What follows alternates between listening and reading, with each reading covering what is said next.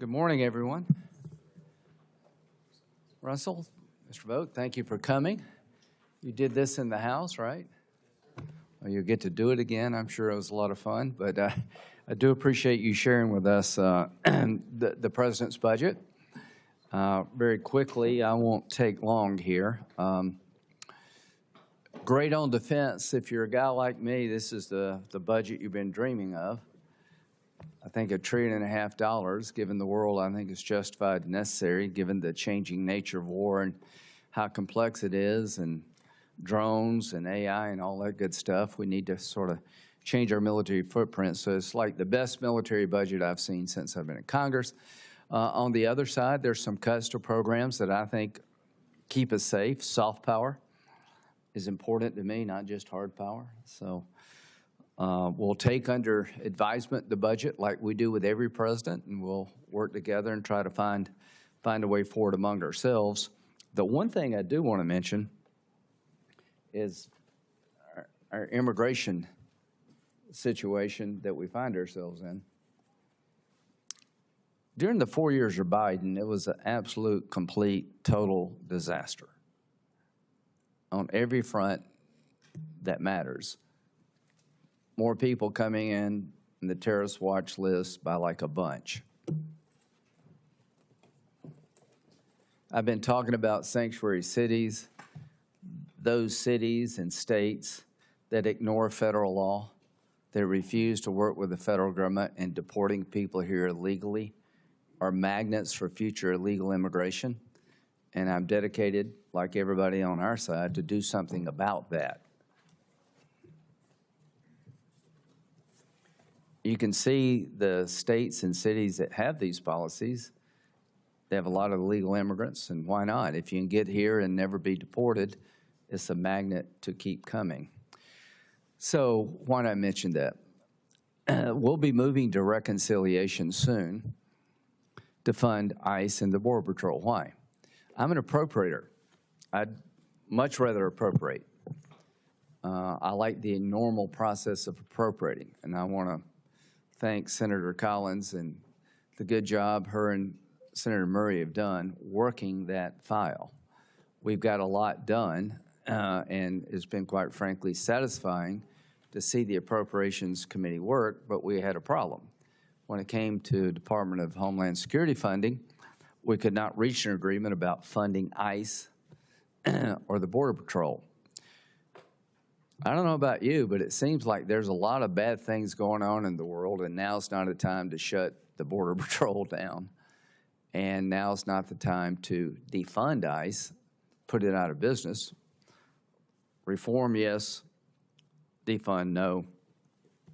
Why not mention that?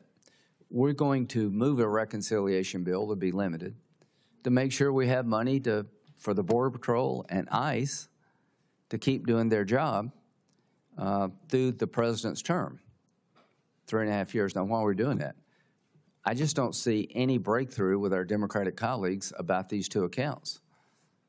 So reconciliation's available to us, and I'm going to use it. When it comes to defense, there are a lot of pressure. Defense hawks want defense money in the reconciliation bill. I'm trying to keep it as small and focused as possible. I have hope that the supplemental will get passed whenever you send one over, what you need for the military, that we can work in a bipartisan fashion. Pass that supplemental will have some things in it that my Democratic colleagues want, as well as military funding. If that fails, I will urge the president to do another reconciliation bill for defense, because the appropriations process would have failed. And we can't accept failure when it comes to funding the Border Patrol, ICE, or additional money for the military. I'm hoping the Iran war winds down fairly soon in a way that won't start new wars, but there are other conflicts out there. Ukraine, Russia is one of the bloodiest wars in the history of this century. Last night, there was a massive attack by Russia. Putin's the problem, not the solution. And there's a bipartisan breakthrough, I think, coming when it comes to Russian sanctions. to put in place a sanctioned tariff regime that will make those who buy cheap Russian oil pay a price.